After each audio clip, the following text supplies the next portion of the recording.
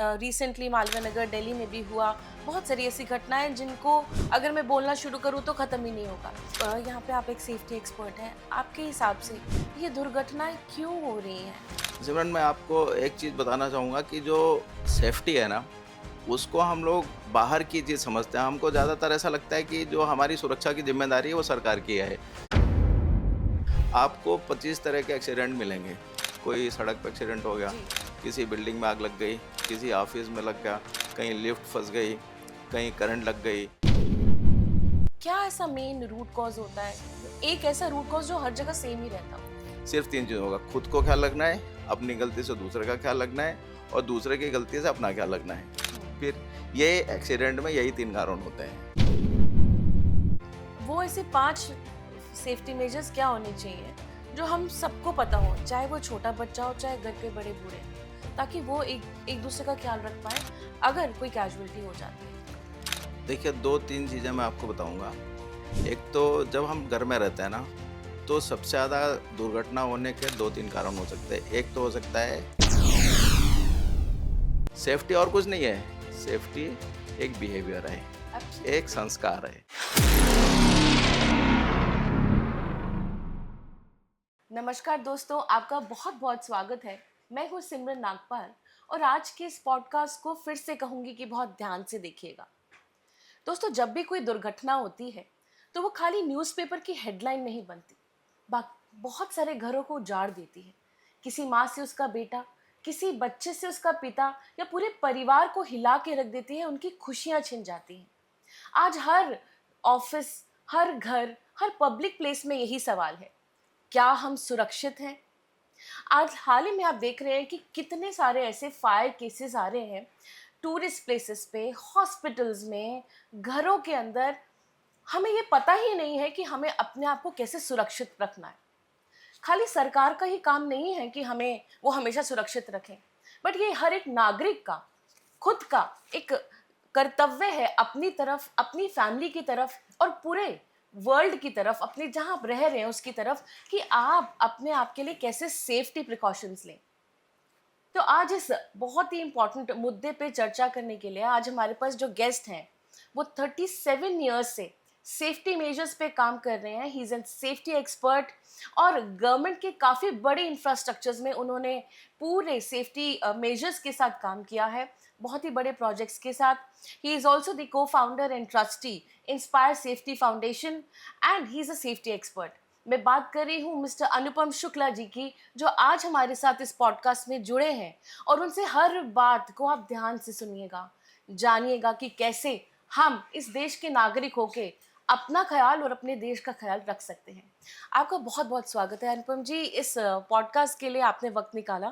Thank you so much. नमस्ते सिमरन जी, आपके सारे दर्शकों को मेरा बहुत-बहुत अभिवादन, नमस्कार। ये जो आपने मुद्दा उठाया है सबकी सुरक्षा का, मुझे लगता है कि इससे बढ़िया आज के समय में कोई मुद्दा नहीं हो सकता है। क्योंकि हम लोग नॉर्मली बात करते हैं रोटी, कपड़ा और मकान। आज की भाग-दौड़ में सब लोग बड़े-बड़े घर बनाने के लिए, बड़ी-बड़ी गाड़ियाँ खरीदने के लिए, बड़े प्लॉट खरीदने के लिए, बड़ी बिल्डिंग बनाने में, सब लोग बाहर भाग ऊपर से ऊपर तरक्की करने के लिए दौड़ रहे हैं। लेकिन अनफॉर्चुनेटली क्या होता है कि हर कोई अपने आप को बचाने के लिए नहीं सोच पा रहा है। और कभी-कभी क्या होता है कि हम लोग जब बाहर की चीज़ सोचने लगते हैं, अपने ऊपर ध्यान नहीं देते, तो हमारा खुद का ही नुकसान हो जाता है। तो आपने जो मुद्दा उठाया उसके ऊपर आज हम लोग थोड़ी जानकारी ज़रूर इकट्ठी करेंगे। अपना जो मेरा अपना एक्सपीरियंस है मैं वो शेयर करूँगा। और मैं ये बताने की कोशिश करूँगा कि रोटी, कपड़ा और मकान से पहले की जो ज़रूरत है, वो आपकी सुरक्षा है। बहुत जब तक बढ़िया। आप खुद ही सुरक्षित नहीं हैं, तब तक आपने जो घर बनाए हैं, जो आपने गाड़ियाँ खरीदी हैं, जो आपने बिल्डिंगें बनाई हैं, जो आपने ऑफ़िसेज़ बनाए हैं, वो सब कोई काम का नहीं है। आपका परिवार, आपका घर और आपका देश तभी तक है जब आप हैं। जब आप ही नहीं हैं, तो इसमें कुछ भी आपका नहीं है।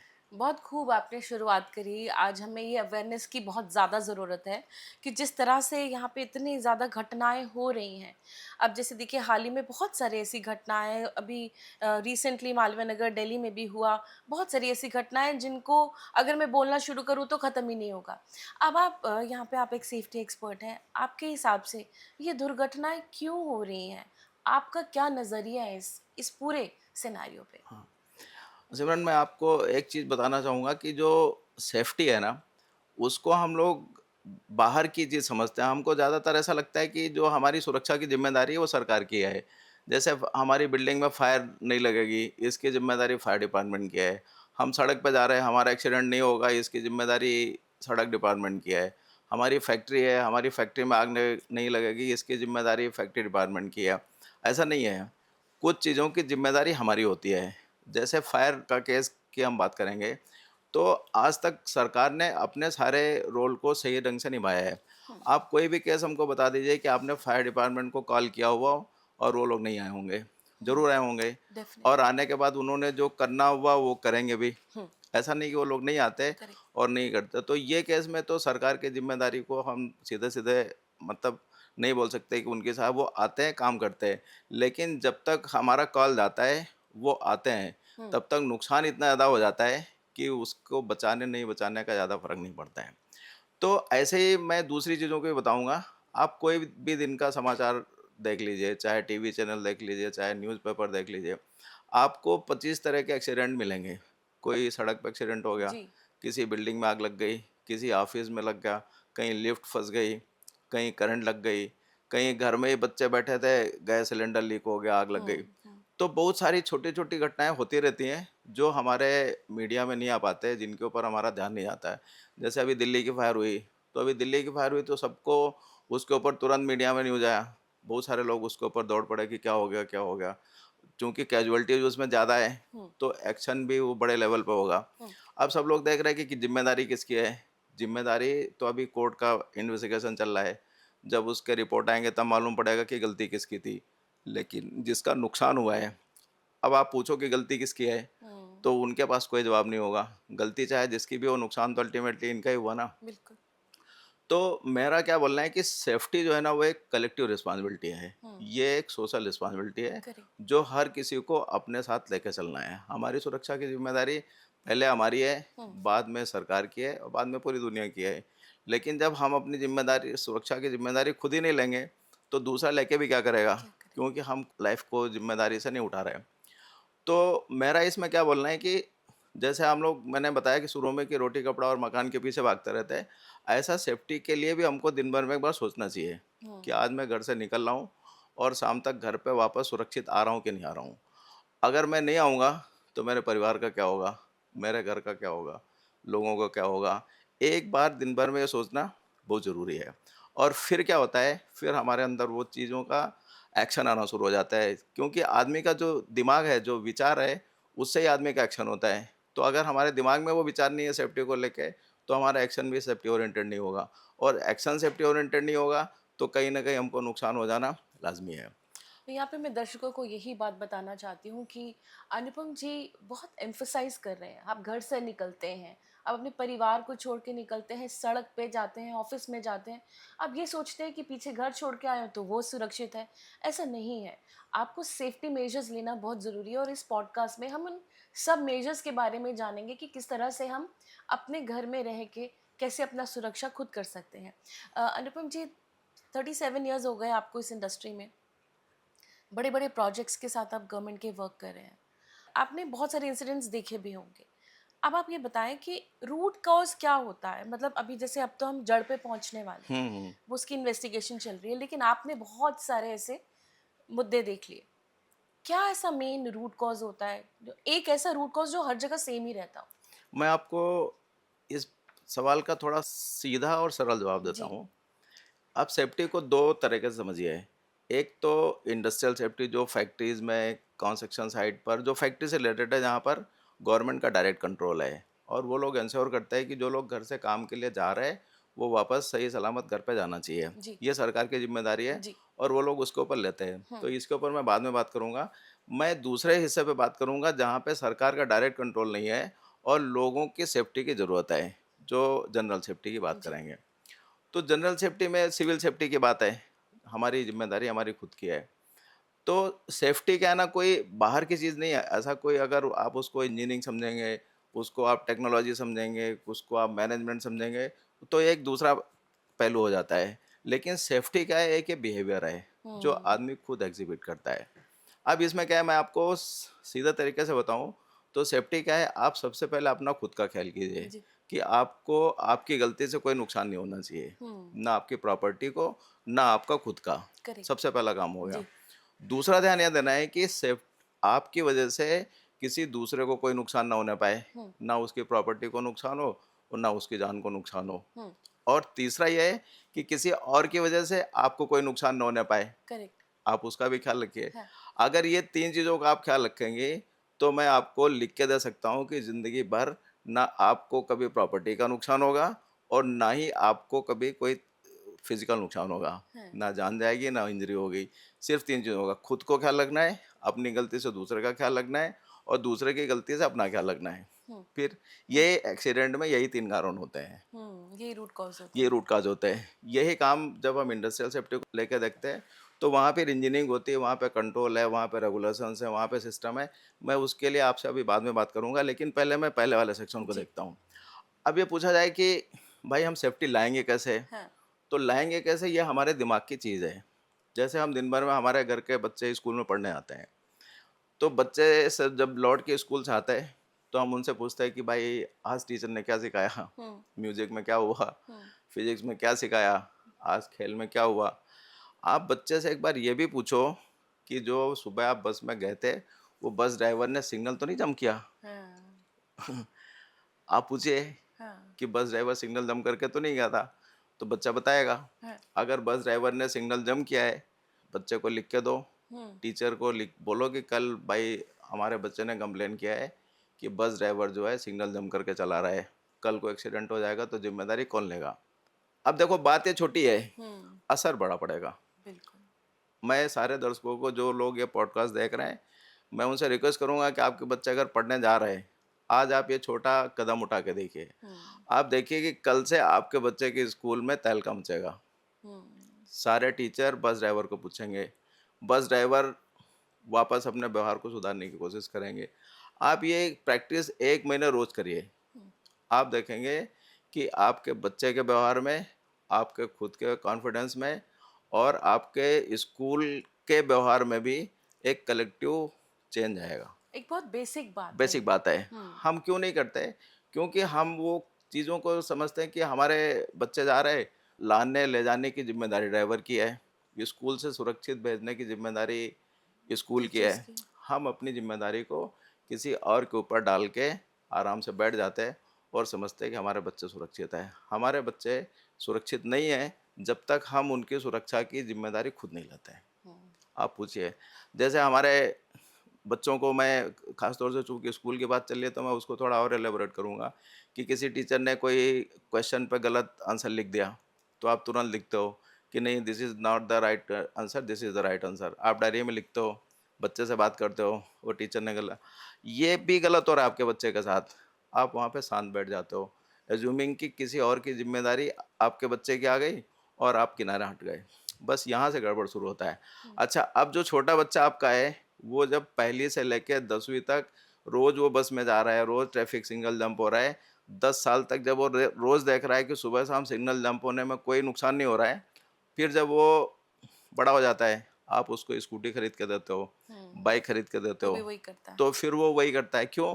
क्योंकि उसने इतना साल देखा है कि सिग्नल जंप होने से कोई फ़र्क नहीं पड़ता एब्सोल्युटली। है। अब यहाँ पे खाली वो बाइक, स्कूटी में जंप होता है वो मैटर नहीं है। अब यहाँ से एक नया पॉइंट ऑफ कॉन्फ्लिक्ट शुरू हो जाता है। पेरेंट्स बताना चाहते हैं कि बच्चे को सही तरीके से सिग्नल जंप मत करो, सही तरीके से चलाओ बाइक हुँ, और वापस घर पे आओ। हुँ, तो बच्चा क्या बोलता है कि ऐसा कुछ नहीं होता है, पापा आप तो पागल हो, मम्मी आप तो पागल हो। क्यों? क्योंकि ड्राइवर अंकल तो 10 साल से गाड़ी चला रहे हैं, हुँ, उनको तो पुलिस ने पकड़ा नहीं और वो तो हमको रोज़ लाके छोड़ रहे थे घर हुँ, पे। हुँ, तो उसके दिमाग में एक वो टेस्टिमोनियल क्रिएट हो गया हुँ, कि disobeying the traffic rule is is the correct normal. Way, normal है, और फिर वो चलता रहता है। अब यहाँ से 2 बड़े प्रॉब्लम खड़ी हो गई। एक तो बच्चे का माइंडसेट गलत है, हाँ, एक तो पेरेंट्स के साथ कॉन्फ्लिक्ट में आ गया। हुँ, अब अननेसेसरी जो चीज़ आपने उसको हँसी-खुशी से गिफ्ट ला के दिया था कि हमारा बच्चा उसको एन्जॉय करेगा, now it become a point of conflict. आप पापा और बच्चे के बीच में रोज़ लड़ाई शुरू हो जाती है, हुँ, झंझट शुरू हो जाता है, फिर बातें बिगड़ने लगती है। तो ये चीज़ जो है ना वो छोटी है, लेकिन वो कल्चर बिल्डिंग में है। इसी को हम लोग बोलते हैं culture. Building a safety culture starts from the beginning, from the जब बिगिनिंग। बच्चा स्कूल में जाता है। स्कूल में फिजिक्स के टीचर हैं, केमिस्ट्री के टीचर हैं, म्यूजिक के टीचर है, हिस्ट्री के टीचर है, ज्योग्राफी के टीचर है, सारे टीचर है। एक सेफ्टी का टीचर नहीं है। जो सेफ्टी का टीचर नहीं है, वही सबसे इम्पोर्टेंट है हम्म। और वही चीज़ मिसिंग है। हम्म। जब ये चीज़ मिसिंग हो जाती है तो थोड़ा बड़े स्टेज पे आने के बाद फिर उसका आपको फ़ील होता है कि ये चीज़ मिस हो गई, बिहेवियर में आ जाती है। हाँ। सेफ्टी और कुछ नहीं है, सेफ्टी एक बिहेवियर है, एक एब्सोल्युटली। संस्कार है। एब्सोल्युटली। सो यहाँ पे मैं दर्शकों से फिर से बात करूँगी कि अभी अनुपम जी ने हमें बहुत ख़ास बात ये बताई है कि जो ये सेफ्टी मेजर्स की बात होती है right from the formative years, आप अपने बच्चों को बचपन से ही एजुकेट करते हैं। अगर कोई एक सड़क पे दुर्घटना हो रही है तो बच्चे अगर वो देख रहे हैं कि अगर अब छोटे से छोटे सिग्नल जंप भी हो रहा है, they have to inform the parents और द स्कूल अथॉरिटीज़। ये बचपन से ही ये लर्निंग्स जानी चाहिए। अ, अनुपम जी, एक परिवार के अंदर पूरी परिवार रहता है। अब गैस भी चलती है, लाइट्स भी चलती है, बहुत बारी ऐसा है कि करंट भी आ जाता है। घर के अंदर क्योंकि इस परिवार में बड़े बूढ़े सब हैं, वो ऐसे 5 सेफ्टी मेजर्स क्या होने चाहिए जो हम सबको पता हो, चाहे वो छोटा बच्चा हो, चाहे घर के बड़े बूढ़े हों, ताकि वो एक एक दूसरे का ख्याल रख पाएँ अगर कोई कैजुअल्टी हो जाती है? देखिए 2-3 चीज़ें मैं आपको बताऊँगा। एक तो जब हम घर में रहते हैं ना, तो सबसे ज़्यादा दुर्घटना होने के 2-3 कारण हो सकते हैं। एक तो हो सकता है फायर एक्सीडेंट, हुँ। कि किसी की वजह से लापरवाही से कोई चिंगारी हो गई हुँ। और फिर वो बड़ी हो गई। चूँकि घर में ज़्यादातर लोगों को फायर सेफ्टी की ट्रेनिंग नहीं नहीं दी होती है जाती। हाँ। और ये भी नहीं पता होता है कि फायर हो गई तो बचना कैसे है, हुँ। वहाँ से हटना कैसे है। करेक्ट। तो कभी-कभी छोटी फायर भी बड़ा रूप ले लेती है, हुँ। चूँकि हमको उससे निपटना नहीं आता है। हुँ। दूसरा होता है इलेक्ट्रिकल सेफ्टी की वजह से, करंट लग गई। हुँ। हम लोग क्या है कि इलेक्ट्रिकल सेफ्टी को अब क्या है कि कोई भी घर ऐसा नहीं कि जहाँ पे पावर नहीं है। करेक्ट। जिनके हाँ। घर में समझो पावर सप्लाई नहीं आती, वहाँ उन्होंने सोलर पैनल लगा लिए। हुँ। तो सोलर पैनल हो गए तो भी करंट तो मिल रही है आपको। हुँ। अच्छा, अब हमारी लाइफ़स्टाइल ऐसी हो गई कि अगर हमको पावर सप्लाई ना मिले, तो ऐसा लगता है कि हमारे लिए बहुत बड़ा पाप हो गया। मतलब वो दिस इज़ अ नेसेसिटी है, कोई इट्स अ लग्ज़री नहीं रह नेसेसिटी। गया है। एग्ज़ैक्टली। बच्चों को पढ़ाई-लिखाई हो या समझो दूसरे काम हो, तो हर कोई काम में बिज़ी है और वो electricity is the part of life. अब वो चूँकि हमको इलेक्ट्रिसिटी तो मिल गई, लेकिन अभी हमने उसके खतरे नहीं समझे। हुँ। आपको मैं एक चीज़ बताना चाहूँगा कि जब भी हमारे साथ कोई मशीन आती है, कोई टेक्नोलॉजी आती है, कोई चीज़ आती है, तो उसके साथ-साथ उसके खतरे भी आते हैं, हुँ। जिसको हम हैज़र्ड बोलते हैं। हुँ। वो हैज़र्ड उसका नेचुरल प्रॉपर्टी है। अब जैसे समझो कोई वायर है, उसमें करंट जा रही है, तो करंट जा रही है तो ये करंट क्या है, एक हैज़र्ड है। हुँ। ये हमारी ज़रूरत तो है, but then this is hazard. हुँ। अब आपने वो करंट को पकड़ लिया, वो हुँ। टच हो गया, तो आपको नुकसान कर देगा। हुँ। जैसे खाना पकाने के लिए गैस है, हुँ। तो गैस तो गर्म होती है। हुँ। अब वो खाना पकाने के काम आती है, हुँ। लेकिन अगर उसमें हाथ लग गया तो हम जल जाएँगे। तो हैज़ार्ड है, हीट क्या है? हैज़ार्ड है, हुँ। करंट हैज़ार्ड है। हुँ। आप ऊपर हाइट पे चढ़ गए, छत पे चढ़ गए, उधर से गिर गए, तो चोट लग जाएगी, हाँ। एक्सीडेंट हो जाएगा, हैज़ार्ड है। हाइट जी। क्या है? हैज़ार्ड है। हुँ। तो बिल्डिंग जितनी ऊँची चलती जाएगी, आप फर्स्ट फ्लोर से गिरेंगे हो सकता है बच जाएँ, सेकंड फ्लोर से गिरेंगे और खतरा बढ़ जाएगा, थर्ड से गिरेंगे और खतरा बढ़ जाएगा। आप 10th फ्लोर से गिरेंगे तो बचने के चांसेस कम होंगे। तो हाइट क्या है बिल्डिंग की? वो एक हैज़ार्ड है, समझ हुँ। गया? हुँ। तो जो चीज़ को हम अपना प्राउड समझते हैं कि हमारी बिल्डिंग की हाइट 100 मीटर है जिसमें मैं रहता हूँ, मैं 30 माले पे रहता हूँ, 40 पे रहता हूँ, मैं रूफ पे रहता हूँ, मेरा घर 35 माले का, ठीक है।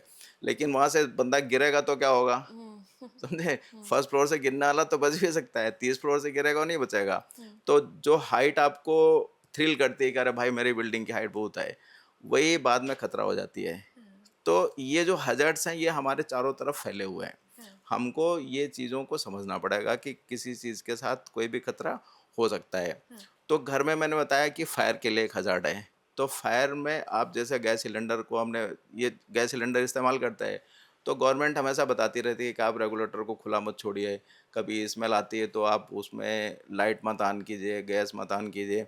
छोटी-छोटी चीज़ें सरकार हमको बताती रहती है। हाँ। रेडियो पे न्यूज़ आते रहते हैं, हुँ। उनके कैंपेन चलते रहते हैं। हम सुनते हैं और उनको किनारे हटका देते हैं। हुँ। गवर्नमेंट डिपार्टमेंट में इलेक्ट्रिसिटी बोर्ड वाले बोलते हैं, कलेक्शन लूज़ मत रखिए। कभी भी प्लग को ओवरलोड मत कीजिए। हम्म 5 एम्पियर का है तो उसमें 15 एम्पियर का मत लगाइए। शॉर्ट सर्किट होने पर आप उसको हाथ से मत पकड़िए, पावर स्विच ऑफ कीजिए। हमको जानकारी दी जाती है, हम्म हम क्या करते हैं उसको अडॉप्ट नहीं करते हम्म और छोड़ देते हैं। तो बेसिकली जैसे समझो आपने जो सवाल उठाया कि घर की सेफ्टी के लिए क्या करना चाहिए, तो मैंने आपको बताया कि फायर सेफ्टी को लेके जानकारी होनी चाहिए, इलेक्ट्रिकल सेफ्टी को लेके, हाइट पे चढ़ने के टाइम में बाउंड्री छत खुली रहती है, वहाँ से गिरने का चांस रहता है, आप रेलिंग लगाइए, बंद कीजिए। रेलिंग इस तरह से नहीं लगाना है कि लोग नहीं गिरने चाहिए, रेलिंग इस तरह से लगाना चाहिए कि सामान भी ना गिरने पाए। हम्म कभी कभी ऐसा हो सकता है कि रेलिंग तो आपने लगा दी है लेकिन इस तरह से लगी हुई है कि उससे सामान कुछ गिर सकता है, हाँ, तो भले से आपका नुकसान ना हो बट आपकी गलती से किसी दूसरे का दूसरे का नुकसान हो नुकसान। जाएगा। तो ये बातें छोटी छोटी होती हैं लेकिन फिर इसको अपने व्यवहार में लाना ज़रूरी है। हम्म अच्छा, सबसे बड़ी समस्या क्या है कि सेफ्टी इतनी इम्पोर्टेंट चीज़ है लेकिन ये इसकी हमको फॉर्मल और इनफॉर्मल कोई भी तरह की एजुकेशन नहीं मिलती है। नहीं मिलती, बिल्कुल सही। समझा? बच्चों को जैसे समर कैंप होंगे, विंटर कैंप होंगे तो हम लोग क्या करते हैं, कभी म्यूजिक क्लास में भेज देंगे, कभी हॉर्स राइडिंग में भेज देंगे, कभी स्विमिंग में भेज देंगे, कभी यहाँ भेज देंगे। कभी हम ये नहीं सोचते कि इनको 10 दिन के लिए या 5 दिन के लिए बेसिक सेफ्टी की ट्रेनिंग के लिए भेज दिया जाए। हाँ हाँ ठीक है? हाँ गवर्नमेंट की भी ऐसी स्कीम्स बहुत कम ही हैं, लेकिन हम लोग अपने फाउंडेशन के थ्रू इस तरह की बहुत सारी स्कीम्स ला रहे हैं, जहाँ पर स्कूल्स में हम बच्चों को जाके ये बेसिक सेफ्टी की ट्रेनिंग देंगे, उनको हम्म सिखाएँगे। अभी तक इस तरह का जो हमने प्रयास किया उसमें से 2 लाख के ऊपर हमने बच्चों को सिखाया हुआ है, स्कूल में जा के कि इस तरह से बेसिक सेफ्टी ट्रेनिंग होनी चाहिए। इसको हम और बढ़ाएँगे मीडिया के माध्यम से भी, और एक सेफ्टी मास्टर क्लास हम लोग ला रहे हैं जिसमें से इस तरह की डेली छोटी-छोटी बातों को हम बहुत आपको बढ़िया। बताना शुरू करेंगे और लोग देखेंगे तो फिर सीख जाएँगे। हम्म कभी-कभी ऐसा होता है कि हम किसी चीज़ को अगर बहुत सीरियसली और बड़ा टेढ़ा बनाना चाहते हैं, तो फिर वो लोग नहीं समझ पाते हैं। हम्म लेकिन उसको सीधे तरीके से और सिंपल बताते हैं तो मान जाते हैं। इसी हम्म सिलसिले में हमने क्या किया है, एक हमने सॉन्ग भी बनाया है हम्म कि सेफ्टी में लोगों को समझाने के लिए कि काम अच्छा-अच्छा आप करो, लेकिन सुरक्षा भी मानिए। हाँ लोगों को सेफ्टी की जानकारी होती है, हम्म लेकिन वो मानते नहीं हैं। तो हम्म सॉन्ग का टाइटल ही है, काम करो अच्छा-अच्छा, हमारे भाई मानो सुरक्षा। वाह भाई तो वाह। सुरक्षा मानने का उनसे हमने रिक्वेस्ट भी किया है। ये हम इनिशिएटिव ले रहे हैं और इसका असर पड़ेगा, मुझे ऐसा विश्वास है। ये बहुत ही आपने अच्छी बात बताई कि कैसे आप बच्चों को और पूरी जनता को एजुकेट करने के लिए एक तो आपने बहुत अच्छा सॉन्ग बनाया है। हाँ, हम यहाँ पे दर्शकों को उसका लिंक भी ज़रूर देंगे ताकि लोग सुने और उसको, क्योंकि जिसको हम गा के याद कर सकते हैं वो चीज़ दिमाग पे हमेशा छाप दे जाती है and it becomes a part of your life. And उसके बाद जो आप बच्चों को एजुकेट करने के लिए जो ट्रेनिंग्स लेके आ रहे हैं एंड बहुत ज़रूरी है स्कूल में, बिकॉज आपने जो बताया कि हम फॉर्मेटिव ईयर्स में सिखाएं, लेकिन उसके लिए हम क्या कर रहे हैं। तो जो आपने ये इनिशिएटिव लिया आई थिंक ये बहुत ही अमेजिंग है। और आज इस माध्यम के द्वारा मैं सारे स्कूल्स तक भी बताना चाहती हूँ कि it should become a subject, एक सब्जेक्ट की तरह यूज़ होना चाहिए। और हमारे पास अनुपम जी की पूरी टीम है, सुविधा है जो स्कूल्स में आके एजुकेट कर सकती है। तो सर इसके बारे में भी हम और विस्तार में जानेंगे कि आपकी जो आप एक ट्रस्टी भी हैं, you are also giving back to the society. तो आपकी जो ये संस्थान है वो किस तरह से वर्क करती है, क्या आपका इसके पीछे क्या थॉट प्रोसेस है कि आप इस संस्था के द्वारा क्या और करना चाहते हैं और कितने दिलों को छूना चाहते हैं। हाँ। ये एक समाज के लिए देखिए हर जिम्मेदार नागरिक की एक जिम्मेदारी है हम्म कि वो जिस मिट्टी से पैदा हुआ उसका कर्ज चुकाए। तो मैंने इंडस्ट्रियल सेफ्टी डिपार्टमेंट के साथ में अलग अलग स्टेट्स में बहुत सारी जगह पे काम किया। कंस्ट्रक्शन प्रोजेक्ट्स में बहुत बड़े लेवल पे हम लोग काम कर रहे हैं और मतलब हमने काम भी किया है। तो मुझे एक चीज़ समझ आई कि जो सेफ्टी प्रोफेशनल्स हैं, जो सेफ्टी में काम करने वाले लोग हैं, उसमें से ज़्यादातर नहीं, मैं ऐसा बोलूँगा कि सारे के सारे लोगों के अंदर एक फीलिंग होती है कि हम किसी भी तरह से दूसरे लोगों की जान बचाने में सक्षम होना चाहिए ओके। और हम लोगों को सिखाएं, बताएं कि उनकी जान की कीमत क्या होती है। हम्म ये सारे लोगों को मैंने देखा। मैं कम से कम 25-30 हज़ार सेफ्टी प्रोफेशनल के साथ पर्सनली कनेक्ट हूँ, व्हाट्सएप चैनल पे, लिंक्डइन पे, यहाँ वहाँ पे। तो उनको मैं पर्सनली जानता हूँ हम्म और कम से कम मैं मतलब 2-3 करोड़ लोगों को मैं पर्सनली ट्रेन कर चुका हूँ, देख चुका हूँ, इतने सारे दो लोगों को तीन करोड़ करोड़, हाँ, लोगों को, इंडस्ट्रियल अमेजिंग, सेगमेंट में वाह। लेबर्स के साथ में। तो मेरा एक ऐसा मतलब अपना ऑरा है, मैंने देखा है। लेकिन उन सबके अंदर एक फीलिंग रहती है कि किसी का नुकसान नहीं होना चाहिए। तो फिर मैंने सोचा कि अब चूँकि इंडस्ट्रियल सेफ्टी डिपार्टमेंट और ये जो जो सेफ्टी इंजीनियरिंग है, इनमें से जो एक्सपर्ट्स हैं उनके पास में अथाह ज्ञान है, मतलब हुँ, आप पूछोगे तो वो एकदम दरिया हैं हुँ, सेफ्टी को लेके, अच्छी-अच्छी जानकारी है। लेकिन दूसरी तरफ सोसाइटी का एक ऐसा सेगमेंट है कि जिसको सेफ्टी की कोई भी जानकारी नहीं है, हुँ, छोटी-छोटी चीज़ें भी नहीं जानते।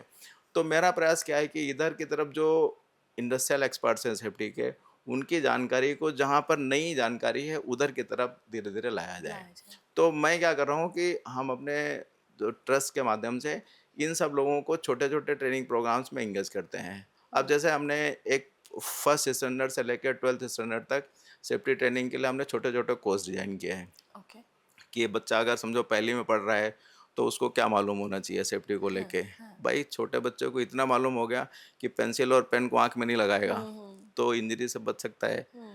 2-3 साल का बच्चा हो गया, जब वो मम्मी-पापा के साथ सड़क पे जा रहा है, तो उसको राइट साइड में नहीं चलना, उसको लेफ्ट साइड में चलना है, हुँ। ताकि बहुत आते-जाते कोई बेसिक बेसिक बेसिक चीज़ें हैं। बिल्कुल। तो ये छोटी-छोटी चीज़ें हम पहली से लेके 12वीं तक के केस में बताते हैं। जैसे छोटे बच्चे होते हैं घर में, तो दरवाज़ा खुला रखेंगे, हवा आएगी तो उँगली कट जाएगी। हुँ, तो जब हवा आएगी तो बच्चों को बोलना है कि दरवाजे के पास नहीं जाओ। हुँ। तो ये बातें छोटी है, हाँ, लेकिन उनको कहीं न कहीं तो सिखाना पड़ेगा, बिल्कुल। कहीं न कहीं तो बताना पड़ेगा। हम लोग जो सेफ्टी को सीखे हैं, वो हम अपनी दादी से, नानी से, नाना से, मामा से, हम हमारे जो बुज़ुर्ग होते हैं तो उन्होंने हमको सिखाया। तभी भले से उन्होंने फॉर्मल इनफॉर्मल कोई नहीं सिखाया, पर सिखाया तो। हुँ, अब क्या ना, अब हमारे पास वैसी फैमिली स्ट्रक्चर नहीं रहेगी कि जहाँ पर बड़े ज़्यादा रहें और बच्चों को सिखाएँ। तो क्या होगा, उनको हर चीज़ को फॉर्मली एजुकेट करना ही पड़ेगा, दूसरा हमारे पास कोई चारा नहीं है। हुँ, स्कूल्स में भी मैं सबको रिक्वेस्ट करूँगा कि जो भी स्कूल के लोग हैं, सीख रहे हैं, तो कम से कम आप अपने टीचर्स को सेफ्टी की ट्रेनिंग दिलाओ, हुँ, और वो टीचर को बताओ कि हफ्ते भर में आपको 1 घंटे खाली सेफ्टी के ऊपर ही बात करनी है। हुँ, हुँ, दूसरा सब्जेक्ट नहीं पढ़ाएँगे तो भी चलेगा। हुँ। तो बच्चे जब वो सेफ्टी को लेके, जैसे हमारे पास होता है कि हफ्ते में 1 दिन हम कबड्डी खेलेंगे, 1 दिन ये खेलेंगे, हुँ। 1 दिन हम सेफ्टी ही सेफ्टी मेजर्स सीखेंगे। पे खेलेंगे। पूरा स्कूल मिलके सेफ्टी के ऊपर डिस्कशन करेगा। हर महीने में सेफ्टी के ऊपर एक कैम्पेनिंग होगी, एक स्लोगन होगा। आपने घर में सेफ्टी को सीखने से पहले, सेफ्टी को सीखने के बाद आपने क्या किया, एक फ़ोटो कॉम्पिटिशन रख दीजिए। आप देखिए अभी आपके चारों तरफ इकोसिस्टम बेहतर होने लगेगा, और बेहतर होगा तो उसका फ़ायदा अपने को ही मिलेगा। आज देखिए सड़क पर हम लोग बाइक लेके जाते हैं, स्कूटर लेके आते हैं, तो आप सुबह से शाम तक अगर गाड़ी चलाते हो, तो 4-5 बार, 10 बार ऐसा होगा कि आप या तो लड़ते-लड़ते बच जाओगे, या तो छोटी-मोटी टक्कर हो जाएगी। हुँ, और कभी-कभी हम लोग किसी को सॉरी बोल के निकल जाते हैं, और कभी-कभी बातें बढ़ जाती हैं। हुँ, ये क्या है, इसमें नुकसान कुछ नहीं होता है, लेकिन नुकसान बहुत बड़ा होता है जब हो जाता है तो। हुँ, बात एक्सीडेंट की नहीं है, बात व्यवहार की है। तो हुँ। सेफ्टी क्या है, एक व्यवहार है। एक सच जो एग्रेशन आ जाता है, झगड़ा शुरू हो जाता है, फिर वो कब खत्म होगा इसको कोई जानता नहीं है। बेहतर है कि वो चीज़ ना ही शुरू हो, वो हमारे व्यवहार में ही रहे, तो आगे इस तरह की दुर्घटनाएँ नहीं होंगी। Very true. सो अनुपम जी, जैसे अभी बात करते हैं, अगर किसी बिल्डिंग में आग लग जाती है और अब अंदर बैठे लोग अभी पता ही नहीं कि बाहर इतनी आग लग चुकी है, पहले के 60 सेकेंड्स बड़े इंपॉर्टेंट होते हैं, बहुत वो फर्स्ट। क्योंकि अभी जब तक सुरक्षा के माध्यम आएगा, सीज फायर के लोग आएंगे, उतने तो टाइम लगेगा। हुँ। हम इमीडिएट एक्शन में अगर हम फंस गए हैं, तो वो क्या स्टेप लेना चाहिए दोज इनिशियल सेकेंड्स में हमें एज ए कलेक्टिवली, क्योंकि अवेयरनेस बहुत ज़रूरी है। दुर्घटना कहीं भी कैसे भी हो सकती करेक्ट। है। देखिए फायर सेफ्टी के लिए को लेके मैं आपको एक मतलब बहुत सिंपल सलाह दूँगा कि फायर सेफ्टी में सबसे पहली काम ये होती है कि अगर आपके आस-पास आग लग गई है और आप फायर सेफ्टी में ट्रेंड नहीं है, तो आप जितनी जल्दी हो सके यहाँ से भागने की कोशिश कीजिए। ओके। और कोशिश कीजिए कि फायर सेफ्ट अगर समझो हमको मालूम है कि फायर का नंबर क्या है, 108 101, आप उसको लगाइए, उनको बताइए, और आसपास थोड़ा आवाज़ दीजिए कि आग लग गई, तो हो हम्म। सकता है कोई ना कोई वहाँ पर ऐसा हो जो आपकी मदद कर सके, आपके रेस्क्यू में आएगा। लेकिन सबसे पहले ज़रूरी है कि आप वहाँ से भागने भागे। की कोशिश कीजिए। आप ठीक। ये मत सोचिए कि हमारा सामान पड़ा है, बड़ी कीमती चीज़ें पड़ी है, आप जाइए, आपकी जान बचेगी तो सब बचेगा। सबसे पहले वहाँ से भागने की कोशिश कीजिए, हम्म। नंबर 1। नंबर 2, आप फायर डिपार्टमेंट को इन्फॉर्म कीजिए, या किसी को बोलिए कि फायर डिपार्टमेंट को बुलाएगा। कभी-कभी हो सकता है कि हमको लगता है किसी ने बुलाया होगा, कोई किसी को और को लगता है किसी और ने बुलाया होगा, लेकिन हम खुद नहीं बुला पाते। फायर हम्म। डिपार्टमेंट को जितनी जल्दी हम इन्फॉर्मेशन देंगे, उतनी जल्दी वो लोग रेस्क्यू के लिए तैयार होंगे। तीसरा क्या है कि मैं इसको एक प्रिकॉशनरी बोलूँगा कि आपके पास आज टाइम है, आप बाकी चाहे चीज़ों को पोस्टपोन कर दीजिए, या मतलब आगे पीछे कर लीजिए, लेकिन आप आपके आसपास जो भी फायर स्टेशन रहेगा, वहाँ जाके उनको एक रिक्वेस्ट कीजिए कि सर एक हमारे पास हमारी सोसाइटी में आके एक फायर सेफ्टी की ट्रेनिंग ज़रूर करवा दीजिए। हम्म। जहाँ भी आप रहते हैं, आप वो सोसाइटी में, वो बिल्डिंग में जाके लोगों से, सेक्रेटरी से, चेयरमैन से पूछे कि इसका फायर सेफ्टी ऑडिट हुआ है कि नहीं हुआ है। आप भले से फायर सेफ्टी में फॉर्मली ट्रेंड नहीं है, लेकिन जब ऑडिटर आएगा, ऑडिट करेगा, तो वो उसमें बहुत सारे पॉइंट बताएंगे टेक्निकली, ताकि आपकी बिल्डिंग को सेफ रखा जा सके। जहाँ आप रहते हो, आपको सेफ्टी से रिलेटेड क्वेश्चन तो पूछना ही है। आप होटल में रहने जाते हो, आप होटल वाले को पूछो आपका फायर सेफ्टी ऑडिट हुआ कि नहीं हुआ भाई। वो बोलेगा नहीं हुआ, तो फिर आप क्यों रहने जा रहे हो? हमको मालूम है कि यहाँ पे खतरा है, हम पैसा दे के मौत लेने जा रहे हैं। आप अपनी बिल्डिंग में रहने जा रहे हो, सेक्रेटरी को, चेयरमैन को, जो आपके मैनेजमेंट की कमेटी, आप उसको पूछिए कि भाई इसका फायर सेफ्टी ऑडिट हुआ है कि नहीं हुआ है? हुआ है तो क्या एक्शन हुआ है? आपको सेफ्टी एज ए प्रिकॉशन तो लेना ही है। आप खाली क्वेश्चन पूछिए, जिसने करना है वो तो करेगा ही ना। ऑडिटर ऑडिट करेगा, जो सप्लायर वो ला के सामान फिट करेगा, मेंटेनेंस करने वाला मेंटेनेंस करेगा।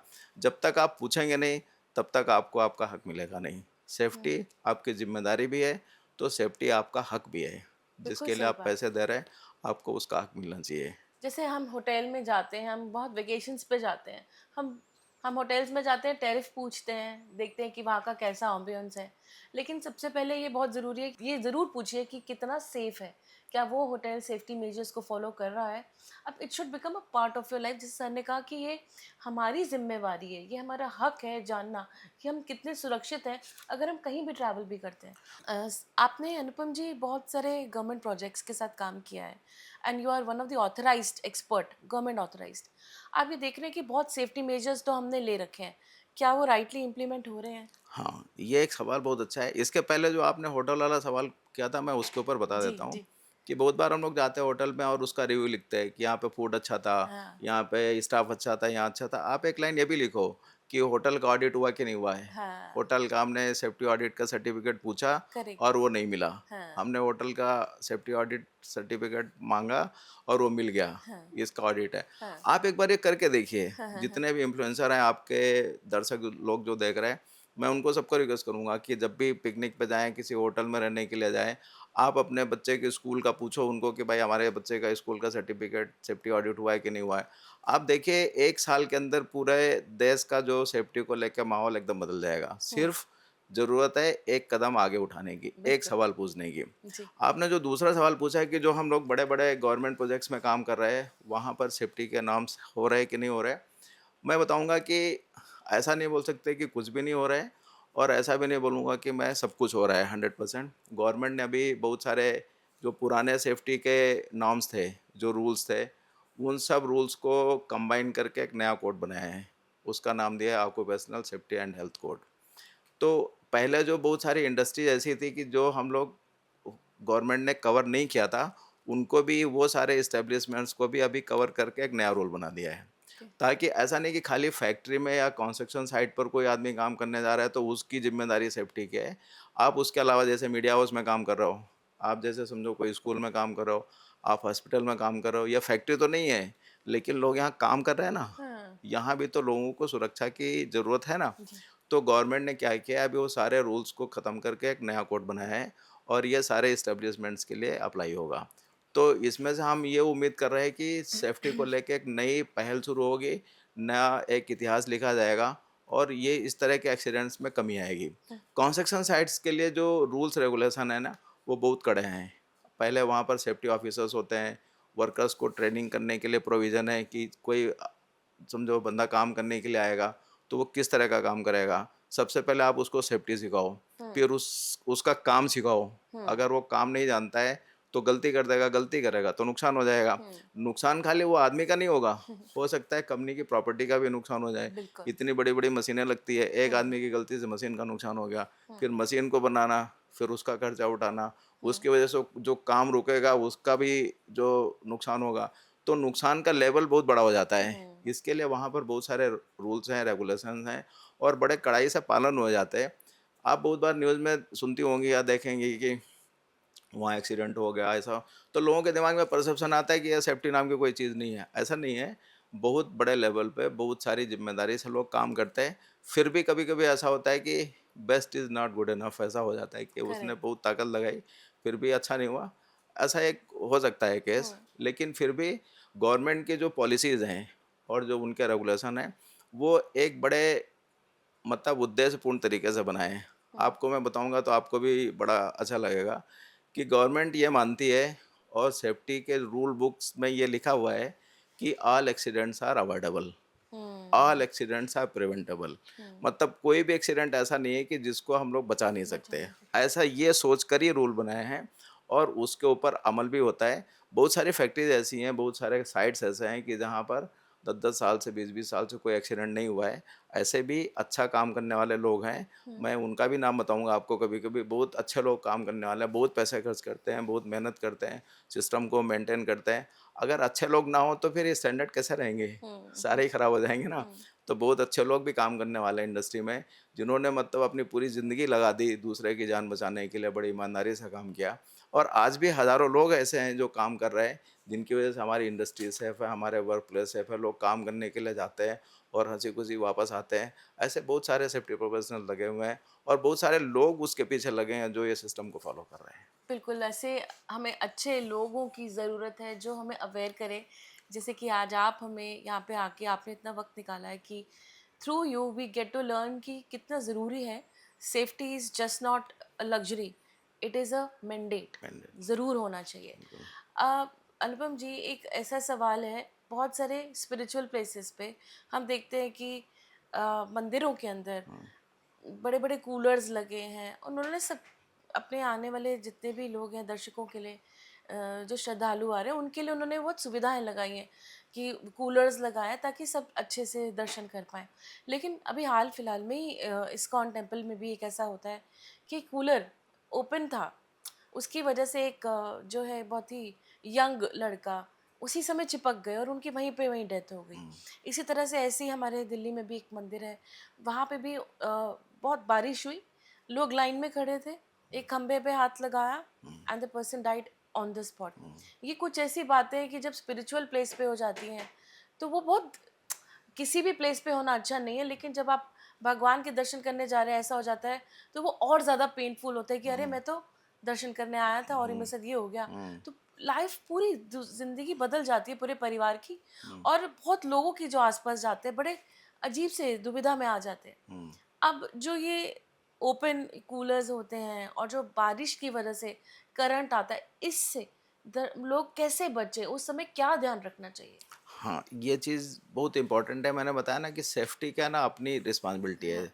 जहाँ भी आप जाएँ समझो कोई इलेक्ट्रिकल सामान दिख रहा है, कूलर दिख रहा है, हीटर दिख रहा है, गीज़र दिख रहा है, आप उसको डिलिबरेटली, इनडिलिबरेटली टच मत कीजिए। हुँ। करंट अपने आप जंप होके नहीं आता है। जब तक हम आप उसको टच नहीं छुएँगे करते। नहीं, जब तक नहीं आएगा। पास में निकले, छू गया तो करंट लग जाएगा। अच्छा कभी-कभी ऐसा हो सकता है कि समझो कोई माध्यम ऐसा है कि जहाँ पर करंट आ रही है और जैसे बारिश के टाइम में होता है कि वो हुँ, पानी में करंट उतर जाता है। हुँ, तो बारिश में आप ऐसे एरिया में जाने की कोशिश मत कीजिए जहाँ पे पानी भरने का चांस है। हुँ, आप हमेशा सूखे जगह पे रहिए। हमको क्या लगता है कि अरे अभी तो यहाँ थोड़ा पानी भरा है, हम बह के निकल जाएँगे। होता क्या है कि आस-पास में कहीं पे समझो कोई इलेक्ट्रिकल पोल होगा, कोई वायर होगा और उसमें करंट आ गया। अब वो करंट आ गया तो वो थोड़े टाइम के लिए ही है। जब हुँ, तक वो पानी है तब तक वो करंट रहेगा। पानी निकल जाएगा, करंट निकल जाएगा, हुँ, खत्म हो गया। तो आपको हमेशा सुरक्षित रहने के लिए वो हालात के ऊपर नज़र रखनी है हुँ, कि जहाँ जो हालात अभी पानी भर गया, आप थोड़ी देर रुक जाओ, कोई ऊँचे जगह पर रुक जाइए, पानी निकल जाएगा फिर आप चले जाओ, फिर ना आपको करंट लगेगा ना आपको नुकसान होगा। लेकिन हम रिस्क उठा लेते हैं कि अब पानी भरा है लेकिन अभी हम तुरंत चले जाएँ। कोई इतना मतलब नुकसान ये हुँ, उठाने की आदत हो जाती है और हमको नुकसान हो जाता है। जैसे आपने कूलर का देखा, इलेक्ट्रिकल इक्विपमेंट, ये तो खाली आपने अभी एक केस बताया, बहुत बार हम लोग गर्म ठंडी के सीज़न में देखते हैं, लोगों को गीज़र में करंट लग जाता है, हुँ, हुँ, नहाने जाते हैं। हुँ, तो हम अपने घरों में क्या करते हैं, जो इलेक्ट्रिकल सर्किट होता है उसको सही से मेंटेन नहीं करते, हुँ, अर्थिंग लगवाते नहीं हैं। हुँ, हमारा जो पावर सप्लाई आता है बस वो उसके भरोसे चलता है। आप अभी अपने दर्शक जितने लोग आपके देख रहे हैं, आप ज़रा सबको पूछ लीजिए कि आपके घर में अर्थिंग बराबर है क्या? हुँ, नहीं होगी। हुँ, 99% लोग घर में अर्थिंग का प्रोविज़न रखते ही नहीं हैं। तो इन केस कभी करंट लीक होगा, तो जाएगा कहाँ फिर वो आपको शॉर्ट सर्किट कर देता है। ओके। शॉर्ट सर्किट करने के लिए डिवाइसेज़ हैं, एमसीबीज़ लगते हैं, एलसीबी लगते हैं, आरसीसीबीज़ लगते हैं। इलेक्ट्रिकल के जो इस तरह के खतरे होंगे, उसके प्रिवेंटिव मेजर्स के लिए चीज़ें हैं, लेकिन हम क्या करते हैं, घर बनाते हैं तो एक तरफ अच्छी-अच्छी चीज़ें लगाते हैं, लेकिन सेफ्टी को बचाने वाली चीज़ नहीं लगाएँगे। गीज़र लगाएँगे तो उसमें ईएलसीबी नहीं लगाएँगे कि अगर समझो कभी अर्थिंग लीक हो गई तो करंट हमको नहीं लगना चाहिए। सिर्फ गीज़र लगाने से काम चल जाता है। अगर उसके ऊपर ₹200 का और एक स्विच लगा देंगे तो ये खतरा होने से बच जाएँगे। तो ये जब हम कोई चीज़ को काम करेंगे, कोई सामान खरीदेंगे, कहीं भी बाहर जाएँगे, तो सेफ्टी हमको एक बार अपने अंदर से पूछ के फिर करना है। हमने इसको पकड़ लिया, करंट लग गई तो अपने को ही नुकसान होगा। हाँ। ये सोच के छूना है कि इसमें कुछ करंट तो नहीं आ रही है। ओके।